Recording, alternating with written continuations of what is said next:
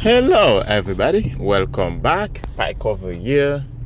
Let's talk intermittent fasting. So that's an interesting subject because us in Bitcoin, we tend to think long term and tend to watch for our health. And it's so strange these days when you look society look at you as weird or strange when you seems to care about your health, right? When you try to eat healthy, or society is so fucked up, right? And eating chips and cokes and all this cheap sugar stuff. They look at you as just like you crazy if you try to eat like vegetables, fruits, and healthy stuff, right? Lettuce and some good stuff. Like for myself, I don't drink cokes, and I drink like pops, anything like that. I think they are just garbage. Things you see Warren Buffett are promoting, like Coca-Cola and all this garbage. So that's why you get rich, and that's why you hate Bitcoin so much, because Bitcoin eradicate those toxic drinks and food, right?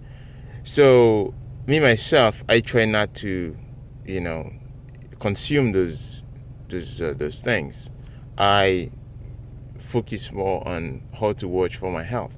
And if you're in Bitcoin, the incentives is to protect your health as much as possible. Bitcoin is generational wealth, basically. Generational wealth.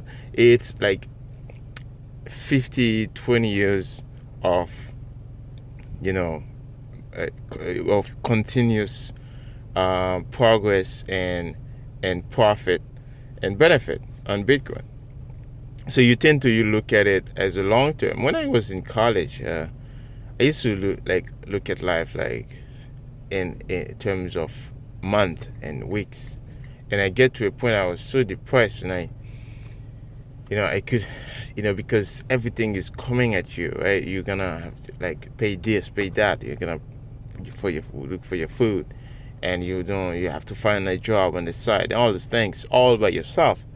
It was harder for me because I was by myself. I didn't have a parent here to help me in any way, so I had to do all by myself. So, but when you're a kid, kids basically, they just look at it. Oh no, we don't have to work today.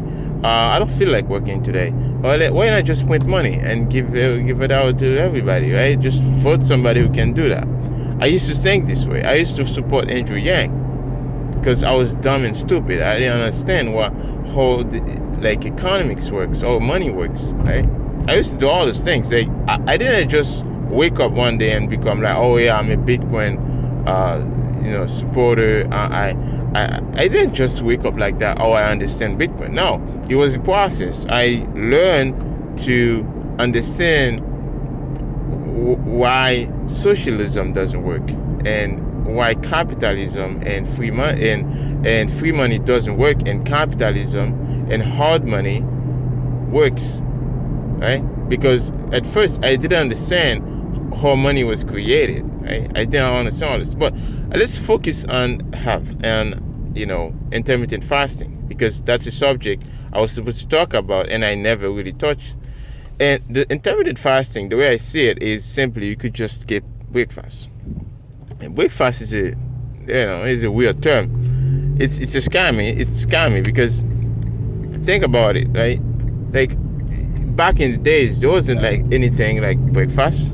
Back home, I never know about like this thing called breakfast. Like I drink some water and then go to school and come back, and if there's food, I eat food. That's it. Right? That's how you live in the global south. So I grew up in the global south. So basically, that's how life is over there, and fasting or anything like that in the West, it's a big deal. Even like the problem of people in the West is try to not eat. And the problem of people in the South, in the global South, is try to find some food to eat so you don't starve. Okay, so that's like, fasting is not a problem for us. It's like it's abundant to us, right? It's like you don't have to struggle to find it, right? So, and basically, I would say, don't take it hard on you, right? To fast, just take your time if you wanna, but you're gonna make sure you understand what you're doing, right? Do research, right? It's a good practice, right? It helps your health basically, and keep you, anything that can help your health, right? Sugar level will go down, right? Your sleep will be better, and just skip breakfast. Anything, like, I know the wife will tell you, oh yeah, you're gonna eat like this, eat some, coffee and stuff like that. So, and the husband, the family, people influence each other, and when you live together. So try to avoid that, and then skip breakfast. Start with skipping breakfast, and then eat normal lunch, and then slowly. I don't have the problem with people, like, when they try to quit something or an addiction or anything. They try to do it like brutally, like they try to go like hard and force it. You don't force things on you, right? Otherwise you're gonna break something, right? You're gonna break something else. Try to fix something, and then you break something else. No, you don't do that. You just go slow. It's a slow process, right? So if you do it this way, I think it should be good, right? You don't want to spend the whole day without eating anything. I don't think that's good. You need nutrients. You need good water and liquid and all those things. You will need to stay hydrated, right? The thing is just to avoid sugar stuff, right? It's just to avoid too much sugar and too much carbohydrate, right? So bread, white bread and stuff like that. Those are like one of the toxic things for your body. And anything like McDonald's, any fast food junks, right? Try to avoid those things. I stopped eating those things like 3 years ago, right? So, and my wife was mad at me when I said we're not doing that in this family anymore. And she didn't. At first, she was like, "Oh, it was hard, right?" Because when you are in the addiction, you can't see through. You can't see the outside, right? So, but after a year, 2 years, 3 years, she was like, "Oh, that's the best decision we ever made," right? So that's the thing. That's what I'm saying. It's like you can't cut the pizzas, the all those things, all the wheat based food, right? Try to cut on them. I'm not saying like eliminate. I'm saying cutting some. Right? If you used to eat like 2 Big Mac a day, right?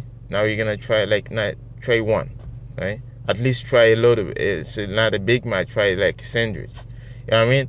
So in gradually, right? Same, right? So that, like, the other day I met the guy. He said he wanna quit smoking, and yes, he did 2-3 days without it.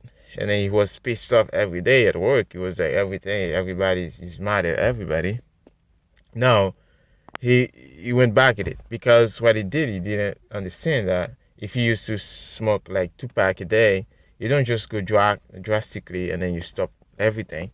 No, you just, maybe you go 1 pack, and after that you went to half a pack, and then you go down, right? So that's how you gradually reduce your addiction, right? So, and then when you have a purpose, when you have a reason why you're doing it, that's even stronger, right? Because you know why you're doing it. You're not just going and doing it out of in the thin air, right? Like in the vaporware. You're doing it for a reason, right? You have a reason why. Hey, I want to save more satoshis, right? I want to stack more sats for my future. So those sats will make you have more. They will make you more willing to save for future, right? So you stack the sats for your future, and then now the sats, you want to enjoy the sats, right? So then you will have to work on protecting your health better, right? So anyways, this was the toxic talk for today. I hope this helped you guys, and sorry, so I started the wrong way. and I ended up, finding my way on intermittent fasting. Anyways, guys, this was PieCover. I like having you, and please subscribe, like, comment, and I'll see you again in the next Toxic Talk. I'm gonna have to go away for a little bit, so 2 days vacation. I don't really call that vacation. I'm gonna go see some family in different city, so not working. So my morning routine of every day talking to you guys will go for 2 days, and then I'll be back again. And pray for me so everything go well, and I'll see you again, guys, in the next Toxic Talk. Bye, over.